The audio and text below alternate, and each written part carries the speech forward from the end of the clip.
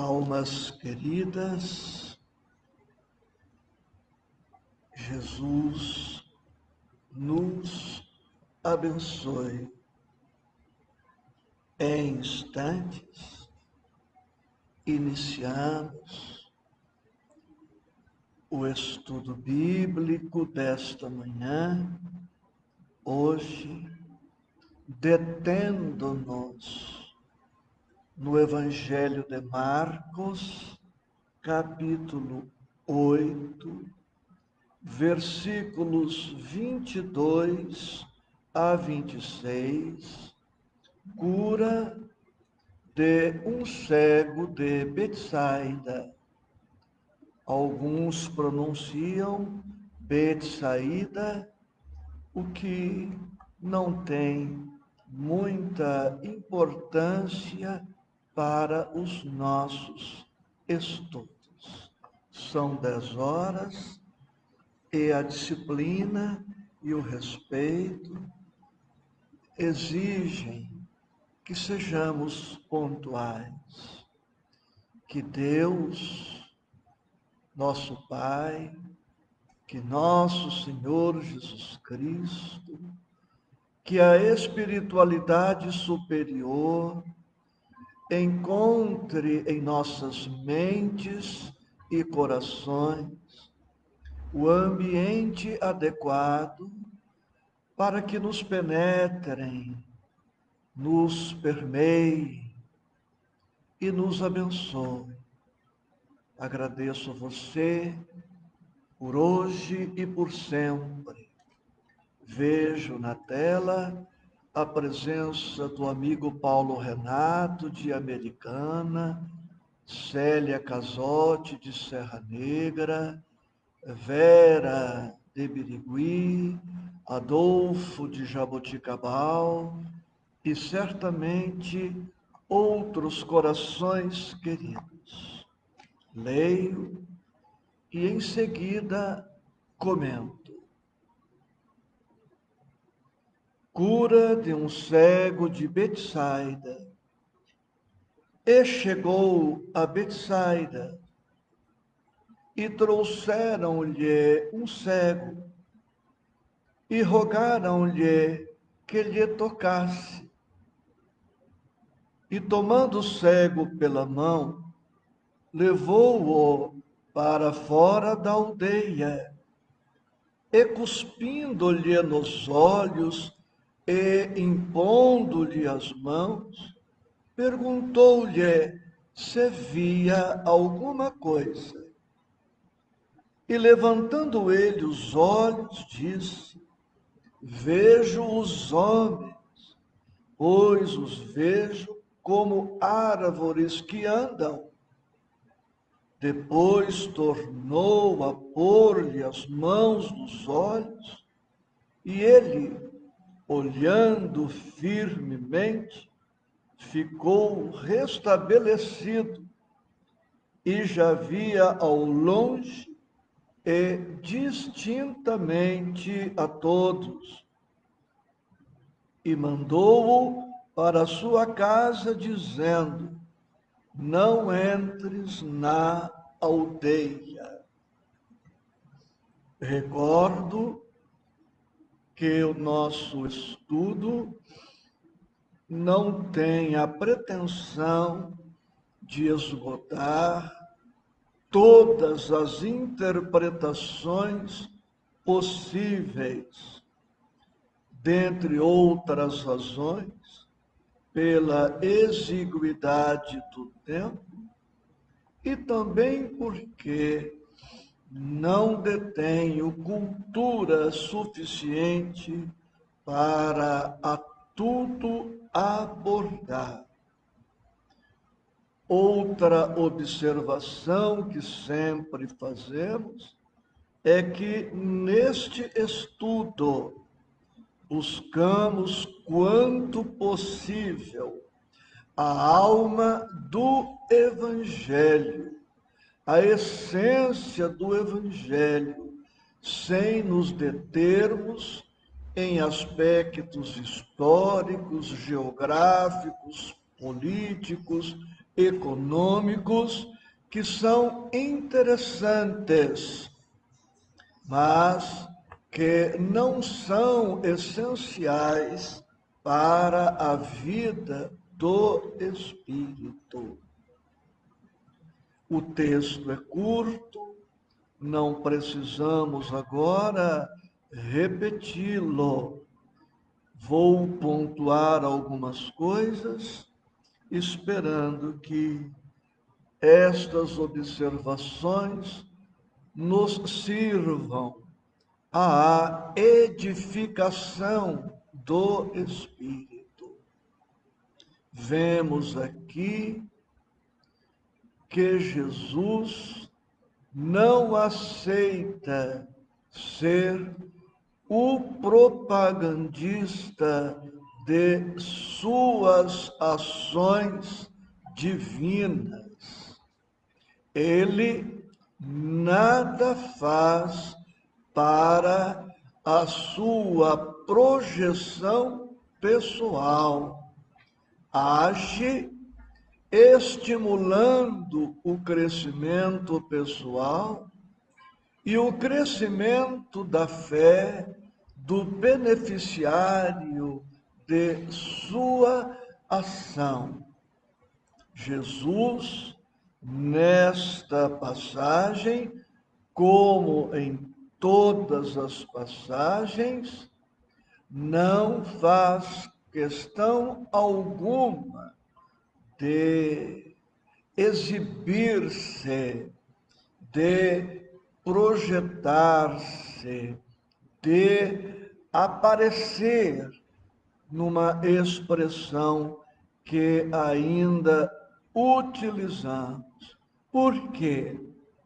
Porque o bem, para ser bem feito, a caridade, para ser divina, para ser celeste, a caridade perfeita, a caridade pura, desinteressada, requer algumas posturas, algumas atitudes, como, por exemplo, a modéstia, moderação, a discrição, o silêncio, o recolhimento, o amor, a humildade e outros valores. É compreensível que na prática de algum bem, eu, tu, nós, experimentemos alguma satisfação, alguma alegria, algum júbilo.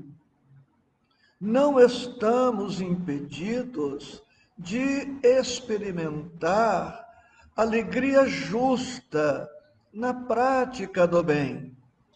E nem podemos, não estamos proibidos de compartilhar desta alegria com os nossos amigos, companheiros, irmãos. Se, quando agimos de maneira inadequada, é previsível e compreensível que experimentemos alguma tristeza, é também compreensível, previsível, que na prática de algum bem experimentemos uma justa satisfação, que funcionará inclusive como émulo, como estímulo para a continuidade do nosso compromisso no bem. Mas a caridade orgulhosa, a caridade vaidosa, a caridade presunçosa, a caridade arrogante, a caridade soberba, a caridade que humilha o beneficiário, não é uma caridade. Pode ser uma esmola que tem algum valor, mas não se aperfeiçoa esta conduta como sendo uma caridade genuinamente cristã. Aquele que se promove, que se projeta na sociedade, junto aos próprios pares, em função do bem que faz, que dá publicidade, que faz propaganda, demonstra confiar muito mais no aplauso dos homens do que na justiça de Deus, porque fica condicionando a prática do bem ao reconhecimento público. Portanto, inspirados no Mestre, muita prudência, muita cautela, para não trombetearmos, usando um verbo antigo, para não tocarmos trombeta, simplesmente porque fizemos algum bem. No texto, já no versículo 22, está dito que algumas pessoas levaram o invidente, o portador da cegueira física, a Jesus. Podemos destacar o seguinte pensamento: Jesus opera sempre. O amor do Cristo é incondicional, mas certos benefícios, há necessidade de se estabelecer uma parceria. Jesus, em muitas ocasiões, vai aguardar a fé das pessoas, a iniciativa das pessoas, a manifestação das pessoas, por tudo o que isto implica. Não faria sentido Jesus unilateralmente ir na casa do invidente, do portador desta limitação física, a cegueira, bater palmas na casa do deficiente físico e dizer: sou Jesus Cristo, sou o Cristo planetário, sou o médico das almas, também curo corpos, e vim aqui saber se você quer que eu te cure.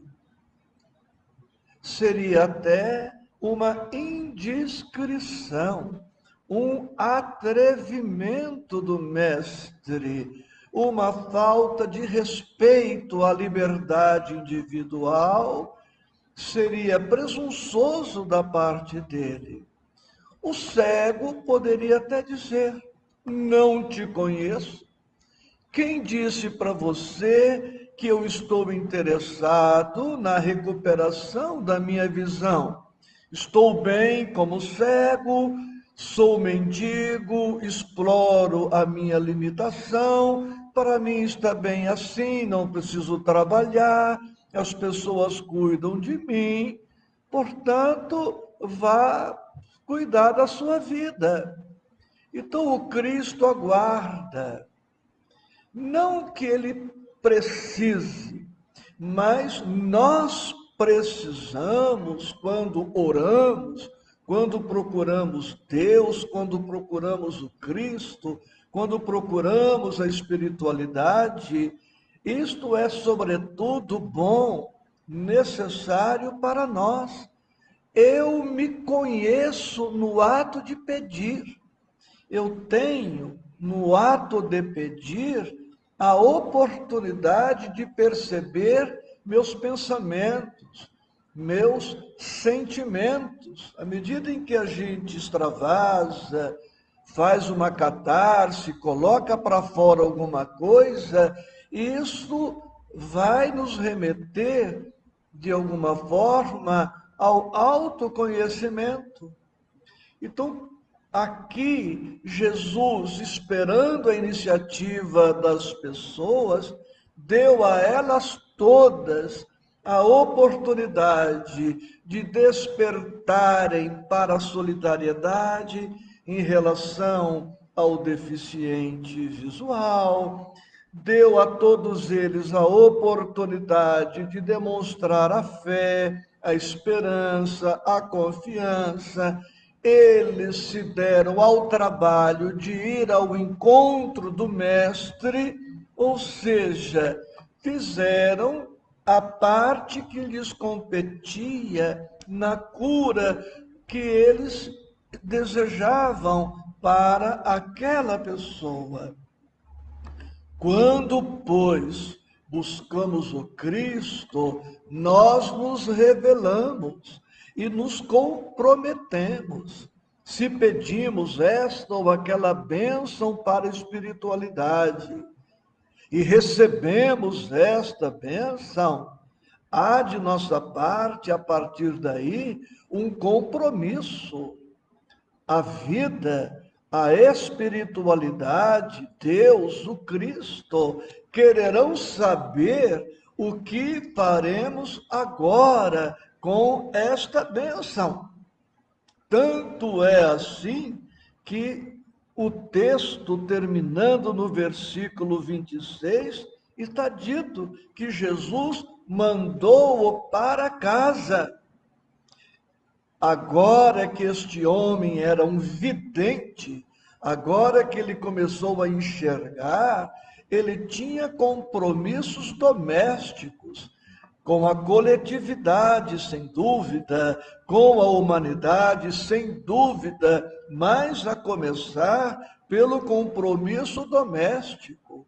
Se antes ele era excessivamente dependente, se as pessoas viviam muito em função dele, agora ele estava apto a agradecer, apto a retribuir, a cooperar quanto possível.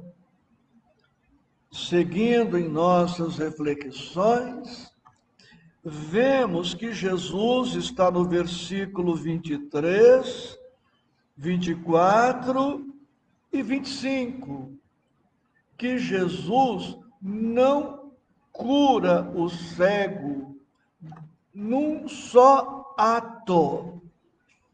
Ele procede à cura parcial, ausculta o cego e o cego diz que não está enxergando ainda claramente com a nitidez desejável e Jesus completa a cura. Extraindo uma reflexão que eu considero maravilhosa sobre esse texto, e elogio a reflexão porque ela não é minha, buscamos inspirações. Jesus, e isto vale para todos nós, ele acompanha as diversas fases do crescimento, do amadurecimento das pessoas, que vão desde a visão parcial até a visão total, desde a maturidade parcial até a maturidade plena, que nem atingiremos nesta encarnação. Em linguagem espírita, podemos dizer que o Cristo nos acompanha desde a hora primeira, quando fomos criados na condição de seres unicelulares, simples e ignorantes, como consta a partir das questões 113 e seguintes de O Livro dos Espíritos e nos acompanhará até que atinjamos a perfeição relativa, a plenitude, a redenção, a libertação total. E ainda na linguagem, na visão espírita, ele nos acompanha não somente, portanto, do berço ao túmulo, ele nos acompanha sempre, através de todas as reencarnações, milênios, milhões e bilhões de anos que seguiremos com ele. Porque ele está muito satisfeito com tudo que vem realizando na Terra e conosco, mas ele não está realizado. Ele não quer um irmão incompleto, um irmão irrealizado. Ele não tem ciúmes de nós, inveja, rivalidade, competição. Ele não se compraz, não tem prazer em manter-nos apequenados, inferiores, indefinidamente. Tanto que na sua oração ao Pai, ele diz: nenhuma das ovelhas que me confiaste se perderá. Nenhuma das ovelhas que me confiaste na sua peroração ao Pai, disse ele, se perderá. E como anotado ainda nos evangelhos, ele diz aos discípulos: vou preparar-vos lugar, e quando eu for e tiver preparado lugar, voltarei para buscar-vos, para que onde eu esteja, estejai vós também.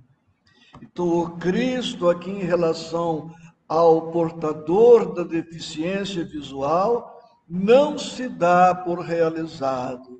Inicia o processo da cura e só libera o deficiente para retornar para casa após a cura definitiva daquela visão.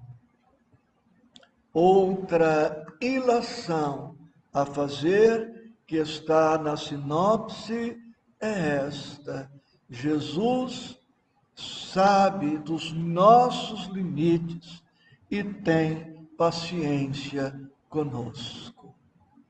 Ele sabe que não é de uma hora para outra, de um dia para outro, de uma encarnação para outra, que nós vamos dar um salto quântico na evolução. A natureza não dá saltos, tanto a natureza física quanto a natureza espiritual. Os vícios, os defeitos, as imperfeições que nos caracterizam hoje, seguem-nos desde sempre. E ainda por muitos séculos, por muitos milênios, estas imperfeições, esses defeitos, ainda estarão permeando a nossa vida, em que pese o esforço de melhoria e de crescimento. Mas não se sai do instinto, das sensações, para o sentimento, sobretudo o amor divino, o amor de plenitude, sem que experimentemos gradações. Então Jesus tem infinita paciência para conosco, misericórdia infinita. E como fez com o portador da deficiência visual, ele, o Cristo, nos estimula a dar um passo, estimula-nos a dar um outro passo, e assim, passo a passo, ele vai nos acompanhando. E como ele sabe que todos nós somos vulneráveis, capazes de recaídas, de recidivas, ele ainda estará conosco, estendendo-nos a mão, como fez aqui. Ele, versículo 23, tomando o cego pela mão, é o que ele faz com todos nós, nos toma pela mão, nos soergue, nos reergue, nos estimula para que possamos retomar a marcha ascensional. Então, podemos sempre, sem que isto nos estimule a negligência, a acomodação, guardar a certeza de que a paciência e o perdão do Mestre são inesgotáveis.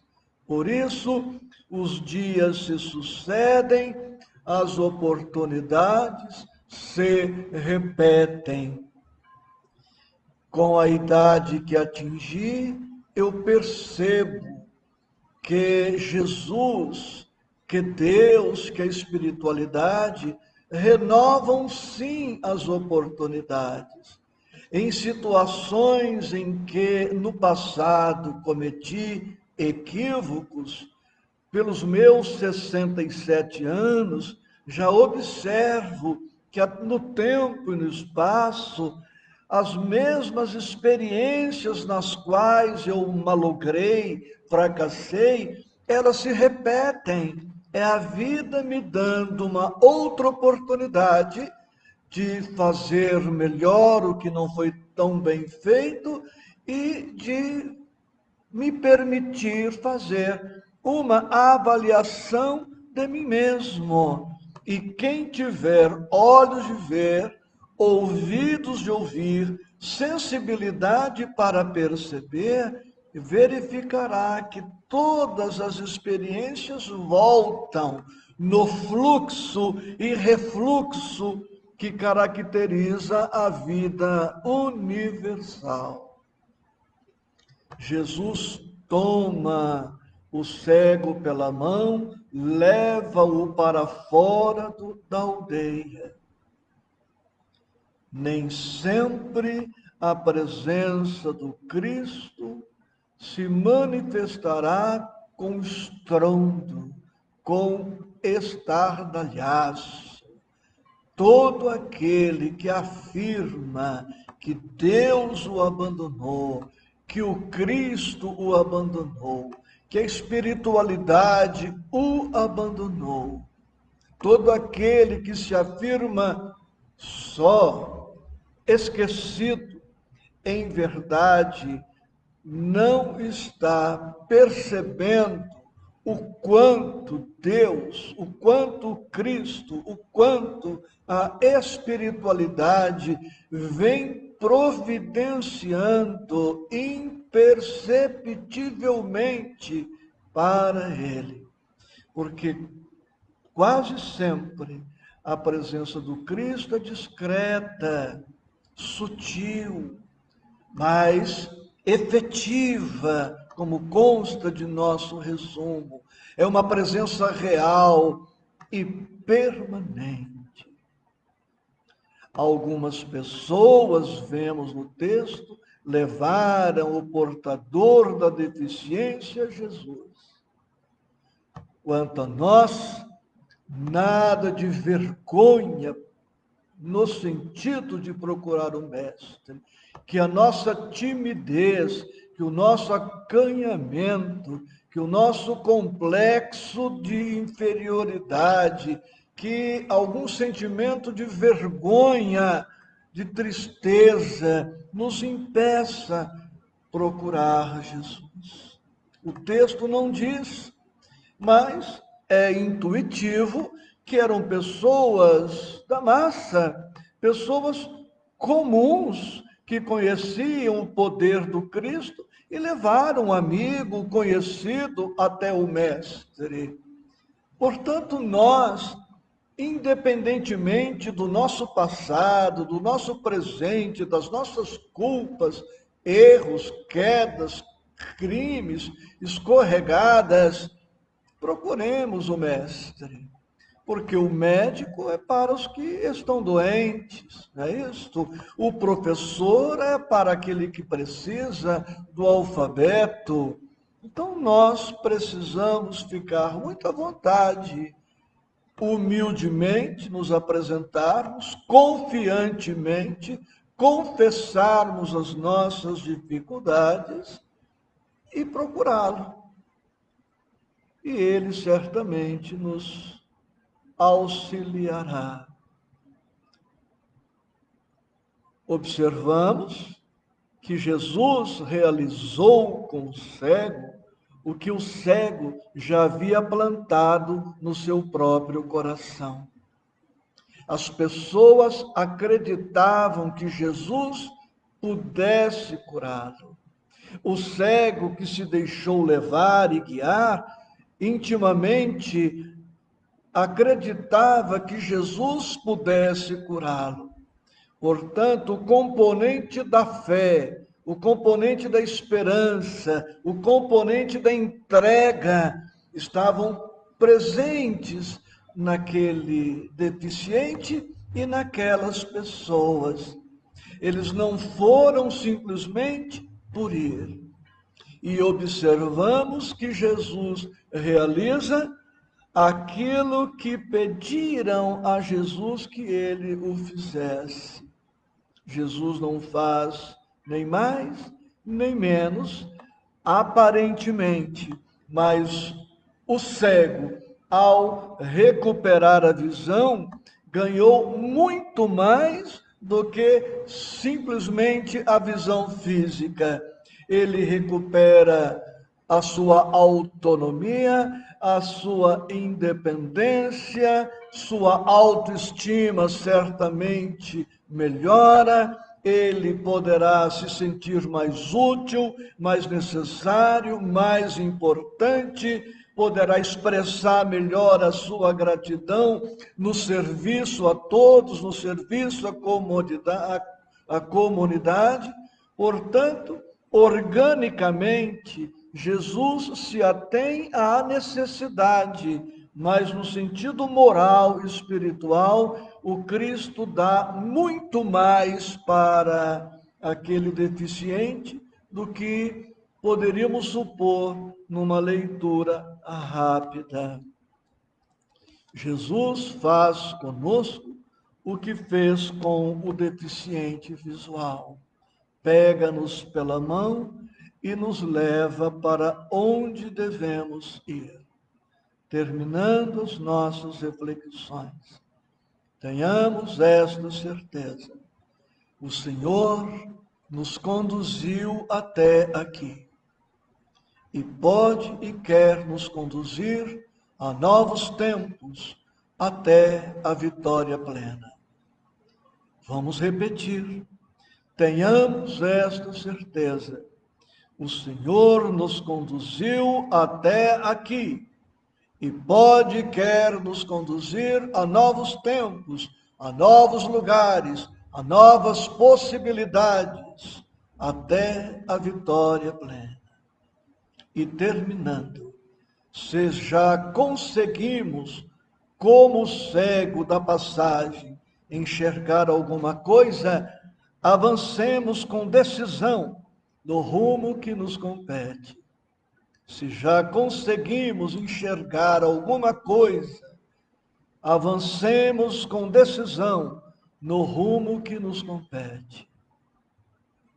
Como o cego de Betsaida, procuremos o Cristo, não somente para a cegueira espiritual, mas para a paralisia da vontade, para todos esses defeitos e vícios que ainda nos causam tanto desconforto, que a doce paz de Jesus esteja em nossos corações. Gratíssimo por tudo.